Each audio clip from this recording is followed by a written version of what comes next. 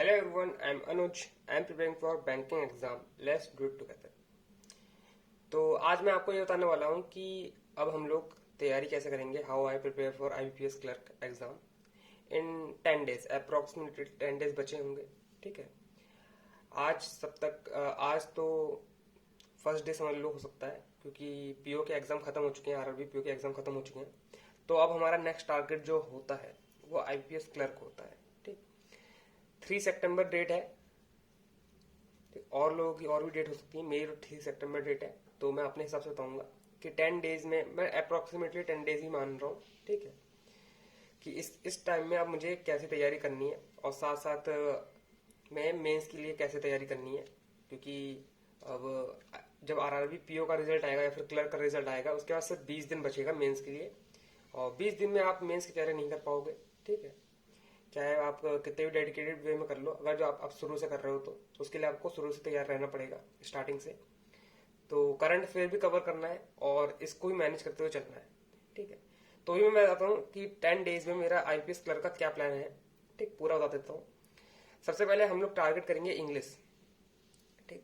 क्योंकि अब ये चीज है कि आरआरबी क्लर्क में हमने आरआरबी क्लर्क और पीओ, इन दोनों में हमने जमकर, क्योंकि एक दो काफी मंथ मिल गए हैं. शुरुआत ये सबसे पहला जो एग्जाम होता है हमारा आरबी का होता है, उसके बाद से सारे एग्जाम चालू हो गए. वैसे एसबीआई का होना चाहिए था, लेकिन एसबीआई की डेट आई नहीं थी.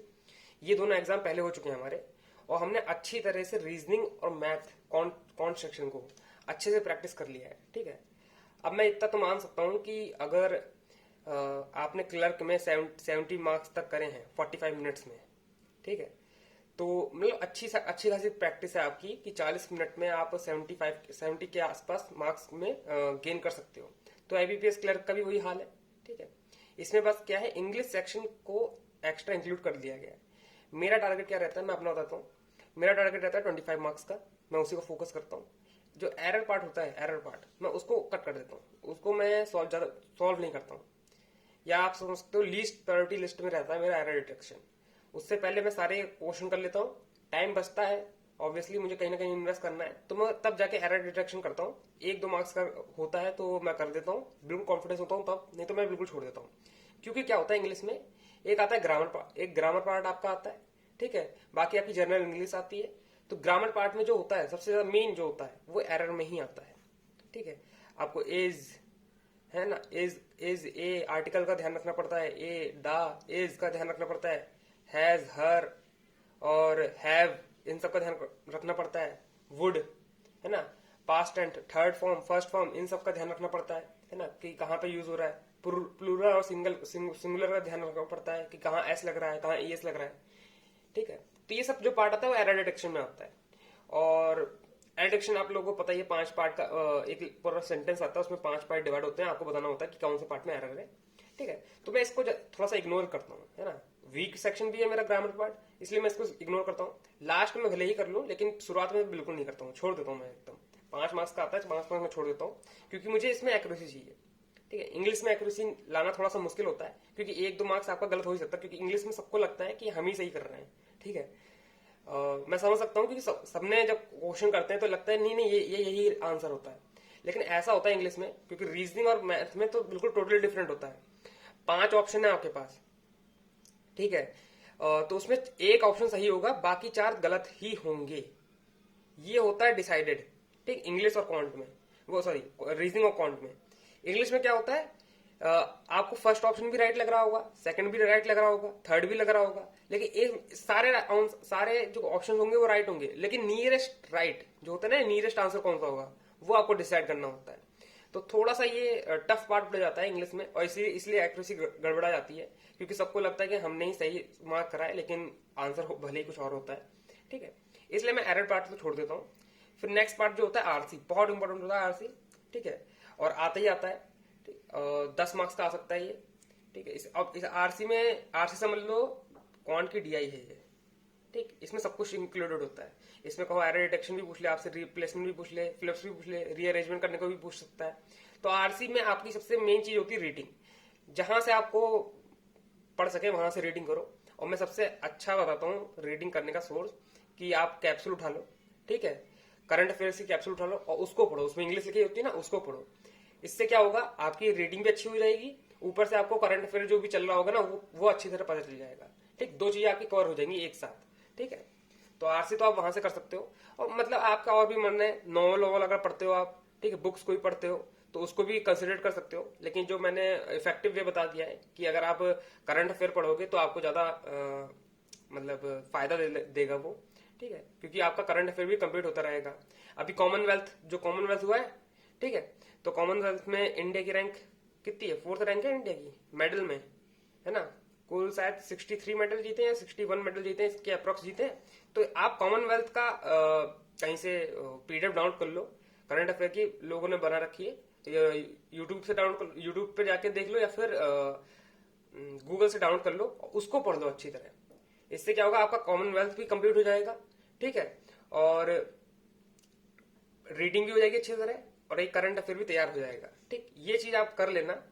और मतलब मैं सोर्स बता रहा हूँ कि आप रीडिंग करना चाहो तो कहां से कर सकते हो, जो आपको इफेक्ट भी करेगा। ठीक, उसके बाद आता है रिप्लेसमेंट। जो वर्ड रिप्लेसमेंट होता है ना, वो काफी इजी पार्ट होता है, सबसे इजी पार्ट, स्कोरिंग पार्ट भी यही होता है। ठीक, तो इसको अच्छे से करना आप, है ना। उसके बाद आता है फिलअप्स। फिलअप्स में क्या होता है कि 5 ऑप्शन होंगे, उसमें नियरेस्ट मीनिंग जो आपका होगा वो आपको फिल करना होगा। ठीक है, राम, ये तो बिल्कुल इजी वाला बता रहा हूँ। राम इज वेरी, वेरी जो होता है वेरी, या फिर फास्ट, फास्ट के क्या आएगा, वेरी ब्यूटीफुल तो नहीं आएगा, लेकिन फास्ट आ सकता है। और भी सारी चीजें आ सकती हैं इसमें। वेरी के बाद क्या क्या लग सकता है वो आ सकता है, तो ये फिलअप आ सकता है। इसको आपको कैसे पढ़ना है, ठीक, अब एक सेंटेंस फिलअप जो आएगा, एक सेंटेंस के हिसाब से आप नहीं कर सकते, आपको पूरा सेंटेंस देखना पड़ेगा। अगर एक लाइन का फिलअप आता है तो बात अलग है, लेकिन अगर पूरा ऐसा करके पैराग्राफ आता है ना, उसमें आपको पूरी स्टोरी लाइन देखनी पड़ेगी, तो स्टोरी लाइन के हिसाब से आपको फिलअप करना है। ठीक है, तो ये तो नियरेस्ट मीनिंग वाला हो जाता है सिस्टम।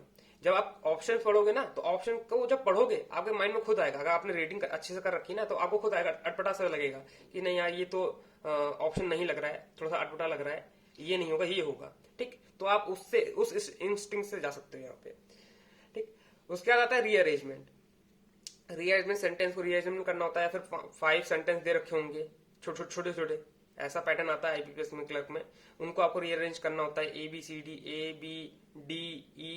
ऐसे करके होता है, या फिर BCD ऐसे करके होता है। आपको कोई ऑप्शन चुनना होता है, तो आप एक एक ऑप्शन को मतलब इनके अकॉर्डिंग चेक कर सकते हो। ठीक, नहीं तो क्या होता है, 5 सेंटेंस दे देंगे, उनको आपको रीअरेंज करना होगा सही से पार्ट्स में। ठीक है, तो वो इसको आप एंड पार्ट से, जो होता नहीं है उनका एंड पार्ट, एक सेंटेंस स्टार्ट होता है उसका एक एंड पार्ट होता है, एक सेंटेंस शुरू होता है उसका एक फर्स्ट पार्ट होता है, इस पॉइंट को मिलाना, अगर ये आपको आता है अच्छी तरह, ठीक है, तो आप रीअरेंजमेंट अच्छे से कर सकते हो। अब रीअरेंजमेंट क्या होता है, कोई इट से स्टार्ट होता है ना, कोई देम से स्टार्ट होता है, कोई सेंटेंस होता होगा ना देम से स्टार्ट, कोई इट से स्टार्ट, तो इसका मतलब क्या है, ये फर्स्ट सेंटेंस कभी बोल नहीं सकते, क्योंकि देम मतलब ये किसी के बारे में बात कर रहा है, देम, हुज ये मतलब किसी के बारे में बात कर रहा है, इट मतलब कोई थिंग्स है ना, ये किसी के बारे में बात कर रहे हैं ना, तो इससे पहले कोई सेंटेंस पक्का ही पक्का होगा। ठीक, पहले कोई थिंग आएगी, उसके बाद में इट की बारी आती है ना, तो ये चीज आपको आता है, सेंस है आपको इस चीज का, तो आप रीअरेंजमेंट अच्छे से कर ले जाओगे। और ये सब स्कोरिंग होते हैं, ये स्कोरिंग होता है, रीअरेंजमेंट बहुत ही इंपॉर्टेंट होता है, आता ही आता है। ठीक है, रिप्लेसमेंट बहुत इंपॉर्टेंट होता है, यह आता है। ठीक है, फिलअप्स तो 1-2 आ सकते हैं, आरसी तो आपको पता है ये आनी ही है, फर्स्ट क्वेश्चन यही होता है। ठीक है, एरर पार्ट में छोड़ देता हूँ, बाकी आपकी मर्जी है, अगर आपको ग्रामर अच्छे से आती है, अच्छी पकड़ है आपकी, एरर पार्ट आप कर सकते हो। मेरा टारगेट होता है 25 मार्क्स का। ठीक, मैं अपना बता देता हूँ, इंग्लिश में मेरा टारगेट होता है 25 मार्क्स का। अगर यहां तक आ जाते हैं मेरे, वैसे तो 18 to 25 मार्क्स, अगर इसके बीच में आ रहा है तो मैं तो इसे गुड मार्क्स मानता हूँ अपने कंपैरिजन में। ठीक है, तो ये तो होगा इंग्लिश के लिए। अब आपको क्या करना है, रीजनिंग। ठीक है, तो सबसे कम मेहनत आपको रीजनिंग में करनी है, क्योंकि रीजनिंग सबका इम्यून स्ट्रांग ही होता है, रीजनिंग और कॉन्ट सेक्शन। मैं इसमें टारगेट रखता हूँ 35 मार्क्स। ठीक, 30 to 35 मार्क्स, इतने अटेम्प्ट रखता हूँ 20 मिनट्स के अंदर। 35 मार्क्स यही मेरे अटेम्प्ट रहते हैं, यही मेरा टारगेट रहता है, और मैं चाहता हूँ कि इसमें 35 मार्क्स आ जाए मेरे, 33 आ जाए, 34 आ जाए, लेकिन इतने ही। ठीक, 30 से नीचे तो गिरे ही ना, बिल्कुल ना गिरे। ठीक, इतना ही टारगेट में लेके चलता हूँ। इतनी प्रैक्टिस कर रखी है रीजनिंग की कि इतना मार्क्स लाना, 35 मार्क्स लाना कोई मुश्किल बात नहीं, क्योंकि आपने 20 मिनट में 40 क्वेश्चंस कर रखे हैं क्लर्क में। ठीक, क्लर्क वाले पेपर में आपने यही टारगेट रखा होगा ना, 20 मिनट में 40 क्वेश्चन करना है। ठीक है, आपने मॉक टेस्ट भी वीडियो देखी होंगी मेरी, मैंने 20 मिनट में 40 क्वेश्चन कर रखे हैं। ठीक, तो 35 मार्क्स आप कर सकते हो। आईपीएस क्लर्क का लेवल थोड़ा सा ऊपर होता है आरआरबी क्लर्क के मुताबिक, लेकिन पीओ से ऊपर नहीं होता है ना। तो आपने अगर पीओ का तैयारी अच्छे से कर रखा है तो आप इसमें 35 मार्क्स आराम से कर सकते हो। आपको उसमें क्या चीज ध्यान रखनी है, डिस्टेंस एंड डायरेक्शन, जो ये स्कोरिंग वाली चीजें होती है। ठीक, और ये वही है, मतलब ये वही पैटर्न है जैसे मैं फॉलो करता हूँ मॉक में। पहले डिस्टेंस एंड डायरेक्शन अगर दिख गया तो वो करूंगा, ब्लड रिलेशन दिख जाए तो वो करूंगा, स्लॉग सबसे इंपॉर्टेंट होता है उसको करूंगा, इनक्वालिटी बहुत ही ईजी होता है, सबसे ईजी यही होता है, इसको करूंगा बहुत ध्यान से, लेकिन क्योंकि जरा सी मिस्टेक होती है, क्योंकि यहीं पे सब लोग सिली मिस्टेक करते हैं। उसके बाद अल्फा न्यूमेरिक वाली जो सीरीज आती है, नंबर वाली जो सीरीज आती है, उनको करो। लास्ट में आता है पजल, और पजल बहुत इंपॉर्टेंट होता है। अगर कोई सोच रहा है पजल के बिना हम लोग एग्जाम निकाल लेंगे कोई सा भी, तो फिर मेंस आप निकाल सकते हो। ठीक है, मेंस में भी नहीं निकाल पाओगे, क्योंकि पजल बहुत मतलब जो होता नहीं है 50% पोर्शन जो मार्क्स का होता है, तो पजल कंटेन करता है, तो आप इसको इग्नोर नहीं कर सकते हो, है ना। एरर डिटेक्शन तो आप इग्नोर कर सकते हो, ठीक है, आरसी इग्नोर नहीं कर सकते हो, क्योंकि आरसी 10 मार्क्स की आती है, कहां तक इग्नोर करोगे। ठीक है, ऐसे इसमें पजल का होता है। ठीक है, तो पजल को आप बिना पजल के तो एग्जाम निकालना थोड़ा सा इम्पॉसिबल है। ये मैं ये नहीं कह रहा कि मतलब निकाल ही नहीं पाओगे, लेकिन होता नहीं कि थोड़ा सा ये इंपॉर्टेंट पार्ट होता है और स्कोरिंग भी पार्ट होता है। तो पजल तो आपको करके जाना है, और मैं जानता हूँ कि जब आपने रीजनिंग की तैयारी कर रखी तो आपको पजल तो स्ट्रांग होगी होगी। ठीक है, तो यहाँ पर रीजनिंग में मैं मानता हूँ कि 35 मार्क्स 34 मार्क्स 30 से 35 मार्क्स तक गुड मार्क्स होते हैं। ठीक है, इतना रखोगे तो आप सेफ जोन में हो। उसके लास्ट में आ जाते हैं कॉन्ट सेक्शन। अब जैसे ये रीजनिंग और कॉन्ट सेक्शन है, मैं इसमें ज्यादा डिस्कस इसलिए नहीं कर रहा हूँ क्योंकि आपने ये पहले से कर रखा है ना, आरआरबी क्लर्क में कर रखा है, आरआरबी पीओ में कर रखा है। इंग्लिश सेक्शन में मैंने जो मुझे पता था वो मैं चीजें बता दी हैं आपको। ठीक, कैसे तैयारी करनी है 10 दिन तक। अब आता है कॉन्ट सेक्शन। कॉन्ट सेक्शन में भी मैं 35 मार्क्स तक, 30 टू 35 मार्क्स, इसमें तो 35 मार्क्स, क्योंकि कंपेयर टू रीजनिंग ये थोड़ा सा मेरा स्ट्रांग नहीं है, तो मैं 30, 31, 32 इतने मार्क्स आ जाए तो मैं इन्हें गुड मार्क्स समझता हूँ। ठीक, इसमें मेरा मेन फोकस होता है अप्रॉक्स और सिंप्लीफिकेशन जितनी जल्दी हो सके उतना कर लो। ठीक, फिर आती है क्वाड्रेटिक इक्वेशन और डीआई, अगर ये आ जाती है, और wrong number series, wrong and missing number series, अगर ये आ जाता है तो इनको टारगेट करता हूँ। लास्ट में मैं अर्थमेटिक करता हूँ। ठीक है, और अर्थमेटिक ऐसा ही नहीं है कि बिल्कुल लास्ट में करूँ, कोई कसम खा रखी है, बीच में कोई अगर अच्छे क्वेश्चन आ जाते हैं, जैसे पार्टनरशिप के क्वेश्चन आ जाते हैं। ठीक, ए ने इतना इन्वेस्ट करा, बी ने इतना इन्वेस्ट करा, इनटू उनका टाइम, ठीक, इज इक्वल टू प्रॉफिट जो वो लोग देंगे। ठीक है, ट्रेन वाला जो क्वेश्चन होता है, ट्रेन है, उसकी एक स्पीड है, उसकी एक टाइम ले रही है वो किसी चीज को पार करने में। ठीक है, ट्रेन प्लस प्लेटफॉर्म है, स्पीड इनटू टाइम। तो ये वाले जो क्वेश्चन होते हैं, रेशियो वाले क्वेश्चन होते हैं, टाइम एंड वर्क वाले क्वेश्चन होते हैं। ठीक है, तो ये सारे जो मेरा होता है ये टारगेट होते हैं। जब अर्थमेटिक में करता हूँ ना तो मैं इन क्वेश्चनों को पहले अटेम्प्ट करता हूँ। ठीक है, बोट एंड स्ट्रीम वाला जो क्वेश्चन होता है समझने में बहुत डिफिकल्ट होता है, लेकिन बहुत ही आसान होता है ये, इतना समझ लो। अगर एक बार आपसे बन जाए ये क्वेश्चन, ये होता है इसका यूनिवर्सल आप कह सकते हो फॉर्मूला है ये, इससे आप कुछ भी निकाल सकते हो बोट एंड स्ट्रीम में मेरे मुताबिक तो। ठीक है, ये है डाउन स्ट्रीम की डिस्टेंस B+S मतलब बोट एंड स्ट्रीम, डिफरेंस या फिर प्लस माइनस कुछ भी ले सकते हो। फिर ये अप स्ट्रीम आता है B-S is equal to total time. अब टाइम ये डिफरेंस भी हो सकता है, एडिशन भी हो सकता है, कुछ भी हो सकता है, ये होता है यूनिवर्सल फॉर्मूला, इससे आप कुछ भी निकाल सकते हो मेरे हिसाब से तो। ठीक है, तो ये कुछ मैथ की टिप बता दी है। इसमें भी मैं टारगेट 30 टू 35 तक रखता हूँ, ये मैं गुड अटेम्प्ट रखता हूँ। अब मैं क्या करता हूँ कि जब मॉक लगाता हूँ दिमाग में ये लेके चलता हूँ, चलो इंग्लिश तो मैंने जैसे कैसे अटेम्प्ट कर लिया, 20 मार्क्स तक आ जाते हैं तो और अच्छी बात है, 18 से 25 मार्क्स तक मैं इंग्लिश में अटेम्प्ट सोचता हूँ। उसके बाद मैं रीजनिंग और मैथ में मैक्सिमम अटेम्प्ट और मैक्सिमम मतलब मार्क्स लाने का ट्राई करता हूँ। 40 मिनट्स होते हैं मेरे पास, 20 मिनट्स इसके होते हैं, 20 मिनट्स नीचे वाले के होते हैं कॉन्ट के, इसमें 60 टू 75 मार्क्स तक मैं टारगेट करता हूँ। ठीक, इतना ही टारगेट आप भी लेके चलना।